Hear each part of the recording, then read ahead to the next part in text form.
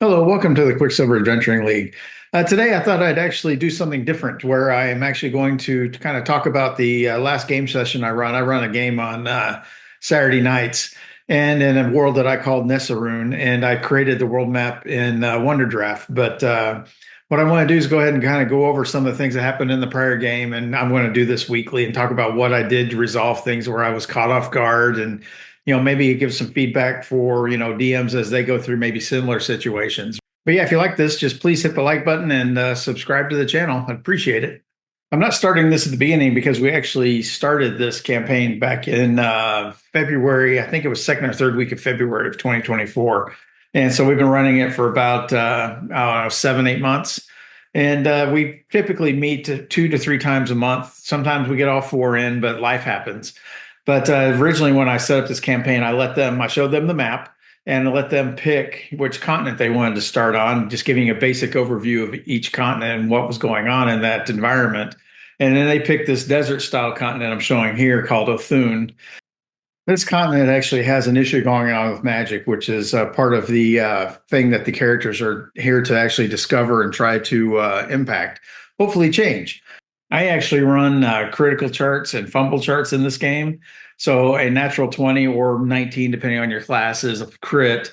And then I roll on the charts well, everybody rolls on the charts, NPCs, characters alike, but it also goes for fumble. So if you roll a one. And so in this world, because magic is kind of unstable, the fumble chance increases, which can make for some entertaining situations. They've gone from level 1 to level 5 during this time. And they are currently in a town I named Grand Fear, which is actually a very corrupt mining town. Police force is corrupt. It's a very rough, kind of Wild Westy type of town, but has about 2,000 person population. And so they're working through that, and that's where we picked up last Saturday.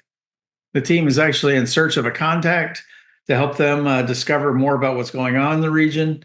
This time, one of the party members caught me off guard with a really good idea. She actually wanted to try to find this contact instead of doing a lot of the lead work for the party. She actually enlisted some of the street urchins, which in this town there are a lot of them. And so she just found a group of them and walked up and essentially offered money to go out and find this person for them, and then come back every 12 hours in the same spot, and then fill her in with any information that they found, which worked out quite nice. So I had to not only come up with how that mechanic would work, and I also had to come up with names for these urchins, which I highly recommend as a DM, keeping a list of names lying around, just random names for NPCs that you haven't planned for the party to encounter or work or interact with, so that you know that you can notate this name goes to, X, Y, or Z, and you have the name ready and quick to go. You don't want to have to, make it up on the fly necessarily and then forget who it is, or have to quickly do a, search for a random name generator.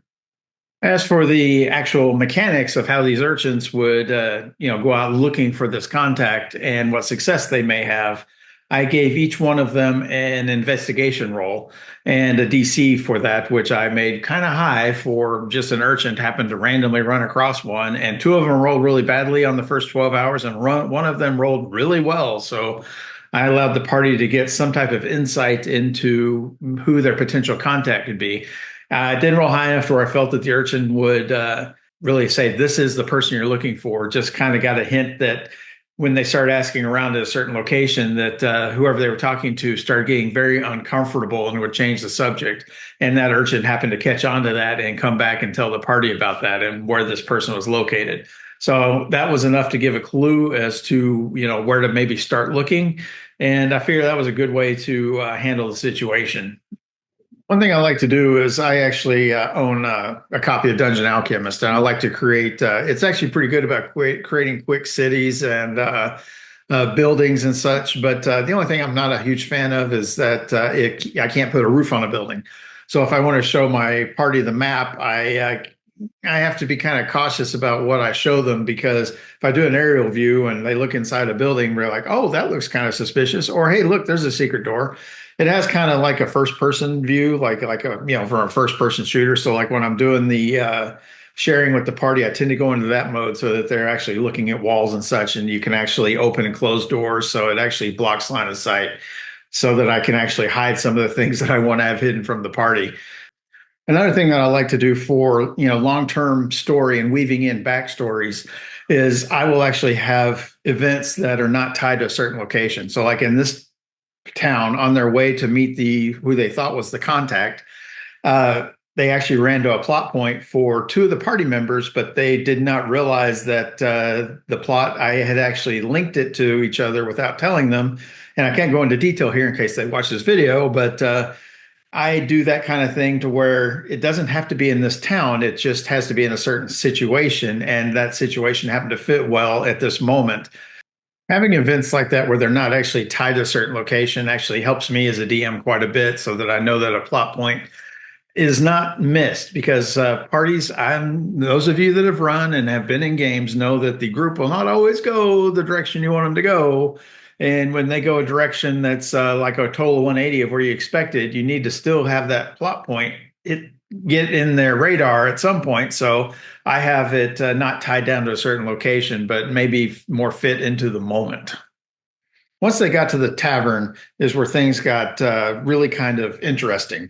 Just as a quick backdrop, at the end of each of my sessions, I actually allow the characters, well, actually the players, to go around the table and tell, things that they remembered from the game that were actually great, great moments, be it humorous, a great die roll at the time, just something that was impactful. They felt impactful that somebody else at the table did. And we call it giving them a kudos point. So essentially, at the end of the game, that each person is allowed to go around and do that. And then you note how many you have. And then during the game session, you can use that to re-roll anything. And you can actually share it with your party members to actually help with certain situations to help them succeed. The reason I bring that up is because when the group got to the bar at this point to confront who they thought was their contact, they start a conversation with this person, but it's out in public. So this person is being very cagey. And the party kind of offends the person who then walks off. And then the cleric in the group tried to cast command. This is where things went kind of south. She rolled a fumble. Someone gave her a kudos, or she used it herself. I'm not sure which, but then fumbled again. So she got another kudos, fumbled again, and then with that one stuck at that point. So big attempt to keep the fumble from happening, but the fumble happened. And on the chart, she rolled essentially a pillar of fire appeared from beneath the character in a 5-foot radius. It was only 2d4 plus 3 damage, I think, but it was minimal, but it was enough to singe a couple patrons, everyone in the party, and set the bar on fire. And chaos ensued. So at that point, I rolled a basic reaction for the bar. This is a seedy part of town and assumed that someone at the bar had done something wrong. And what was kind of funny about that, right before all this happened, the cleric had just ordered one of their most expensive drinks, which I had labeled Dragon's Breath before any of this ensued. So she quickly blamed it on the drink. What are you trying to get me to drink? The patrons heard that. That's when the fighting started. The contact that they were trying to talk to actually used that moment to escape out the back. The party noticed that. Some of them went out the back, some went out the front. But the group out the back, I did a roll to see how quickly the contact was trying to get away. And he actually rolled a 1 and tripped over some stuff and fell. And the party that chased him out tackled him and then quickly convinced him to take them to a safe house, which is what they did. At that point, the party's talking to him convinces him that they're actually the right people to talk to. This is their contact, and they've convinced him that they are someone that can be trusted. But before they started disclosing anything, they wanted to get everybody together. So went back and got the rest of the party that went out the front, and they all met back at the safe house. But what they didn't realize is actually, well, not all of them realized, but the ones that went out the front, they saw someone that looked out of place, noticed them, noticed that person watching them, and then when they went to the safe house, lost track of that person. During the conversation where they were actually learning information that they needed for the overall campaign and learn more about what's going on, they happened to someone mentioned that they had been seen outside the tavern, and their contact freaked out and jumped out a window to get away because that person recognized who was probably watching them and fled. And so that's where we ended the session, where they were exiting the safe house and trying to get away. And one of the party had just rolled a perception check and rolled a nat 20, but my other person that was tracking them also rolled a nat 20 on their stealth. So I gave them a fleeting glimpse that they think they saw someone and ended there.